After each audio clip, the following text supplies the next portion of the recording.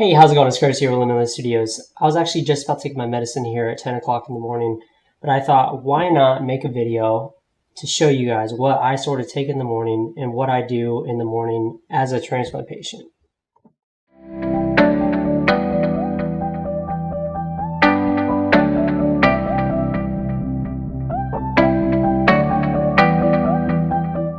Okay, so for most of you that don't know, I am a double lung transplant recipient. I got it almost 3 years ago, and I've had to live this lifestyle of just taking medication instead of having to do what I used to have to do, which I'm also going to show on a video next week about what I used to do as a CF patient with cystic fibrosis, and so to give you guys more intel of like how my lifestyle has changed. So as you're looking at all this medication right here, I counted them all up. I take 16 medications in the morning. Obviously they're not all different. Some of them are duplicates, but keep in mind, I did clean this counter before doing this video, so you guys do not have to worry. I also did not put these in any specific order. I just kind of laid them out. The only ones I put in the same group was the anti-rejection, which I'll get to that. So first on the list is prednisone. This is a 10 milligram tablet. It's for anti-rejection, and this medication is the contributor for a lot of things. Mostly your moods. Anyone that ever takes prednisone, they know what I'm talking about. Even as a CF patient, I used to have to take this all the time. Prednisone will give you mood swings. They will mess with your emotions, do all kinds of things that you do not want. But that is the first on the list. Alright, so next on the list is what's called Prograf. Prograf is also another anti-rejection medication. It's different to prednisone because it's kind of like the granddaddy of all anti-rejection drugs out there. There also is different kinds that, people have certain side effects to certain kinds of anti-rejection medication, but Prograf is what I have to take, what most transplant patients take after transplant. And that's usually a requirement by your lungs or by whatever organ that you got. You sort of just have to take that. And the kind of side effects that are with this type of medication can be anything from like headaches to like diarrhea to you name it. It probably has some type of side effect of it. And I do take 2.5 milligrams of Prograf. It has changed over the years, and I'll kind of explain that a little bit. Third on the list is Celcept. I take 750 milligrams twice a day. This medication has changed tremendously over the course of my transplant. I was taken off of it and I was put back on it. It just really depends on your body and what your body will take. This type of side effects with this is kind of the same with all the anti-rejection, mostly headaches. But this medicine is probably, for me, has fluctuated the most. Just a note. And honestly, headaches kind of run in the category of side effects for all the anti-rejection medication. I don't think there's any anti-rejection medication out there that does not have the side effect of headaches. But if there is a headache, you always want to call your doctor and make sure everything is okay before you obviously proceed. Alright, so next on the list is azithromycin. I've kind of taken this drug ever since I had CF.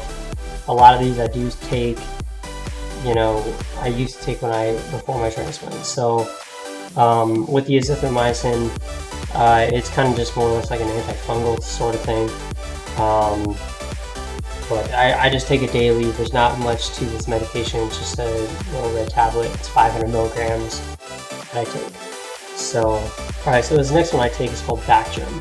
I've taken Bactrim for as long as I can remember, whether it was for helping me get over being sick or whether it was just something I was having to take daily or whatever. Currently I take this Monday and Thursday, so I only take it 2 times a week, which is kind of a different sort of scale. But this is more or less just like another one of those like antifungal type things. and Bactrim has been around, and a lot of CF patients know when I'm talking about Bactrim. They take it. So this is kind of like a weird dosage. It's like 800-160. It's like a weird dosage, but all I know is that I take one of these tablets twice a week, so there's not much to really get into that on that one.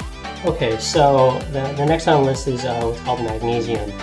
I've had to switch this medication around many times. Currently, I'm on 400 milligrams twice a day, so I take this medicine twice. To be honest with you, I don't know much about this medication. I kind of just take it because they tell me to. I wish I was a doctor or a scientist or somebody that could tell you more about this medication, but I really don't know much about it. It's kind of just one of those medications that probably supplements something related to like my heart or something. Because I did have to get a heart surgery prior to my transplant. So that's kind of all of that. Alright, next on the list is a vitamin that I take called Aquadex. All this really is just my vitamins, not much to vitamins. Everybody takes vitamins. But because I'm a cystic fibrosis patient, this is kind of like suitable for CFers. CFers, there's different variations. There's ADEX, there's Aquadex, and I think there's another different type, but regardless, it's kind of all the same thing. Just gives you your vitamins and your nutrients, whatever. Alright, next on the list is propranolol. Propranolol is a heart medication that more or less slows down your heart rate. From what I know, it kind of like just regulates your heart rate. I take this twice a day. I take 10 milligrams twice a day, and it's cut in half because it comes in a 20 milligram caplets or whatever. So I just have to cut them in half, and it's 10. And this is due to my superior vena cava bypass that I had done before my transplant. And again, with the transplant, you have to take everything for all the organs in your body. So it's just kind of one of those things. But it's just a heart medication. Anytime someone has a heart surgery, of most kinds, like open heart surgery, will have to take this medication just to regulate your heart rate, just to make sure it doesn't go too high or too low, whatever. It does more or less lower your heart rate in most cases. Alright, so next on the list is what's called Valsite. I take this once a day, Valsite. It's 450 milligrams. I believe this medication helps with your liver or your kidneys. It's one of them.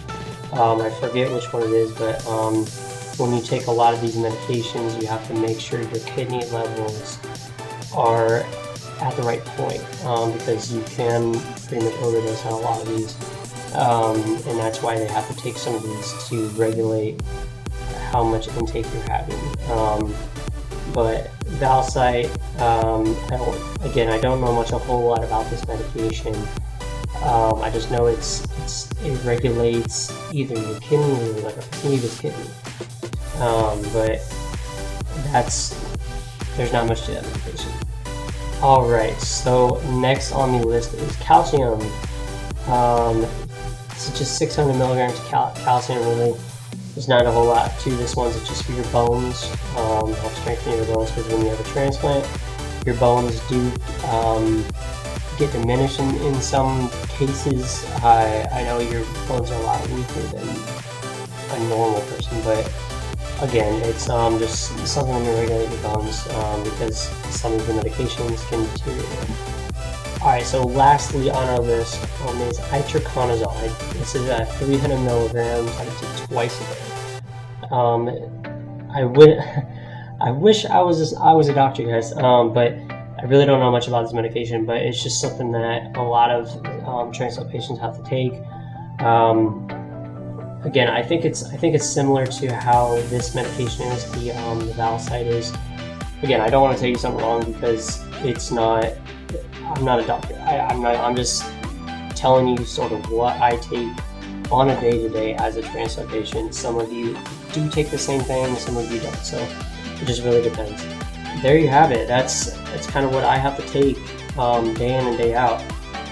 sometimes twice a day, once a day, sometimes twice a week. You have to have a schedule.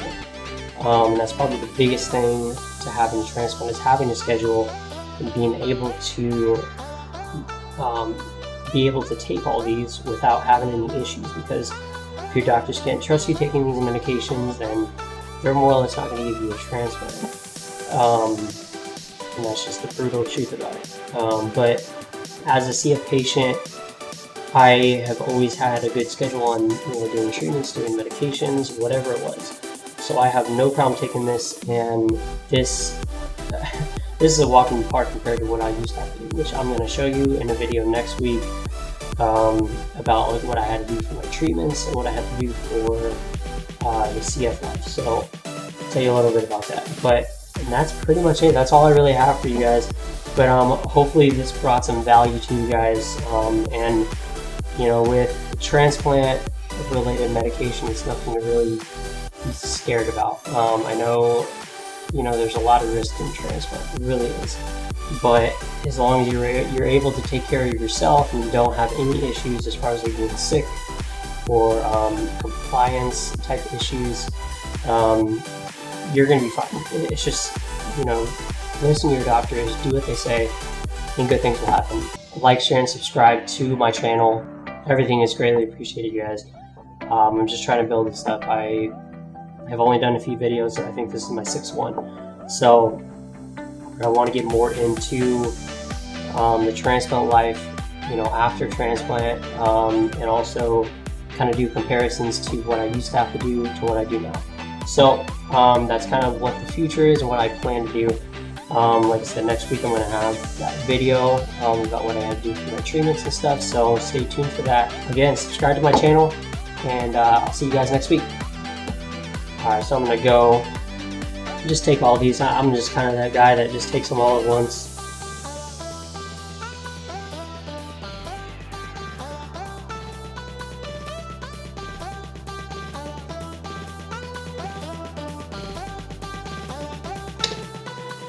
And that is the life.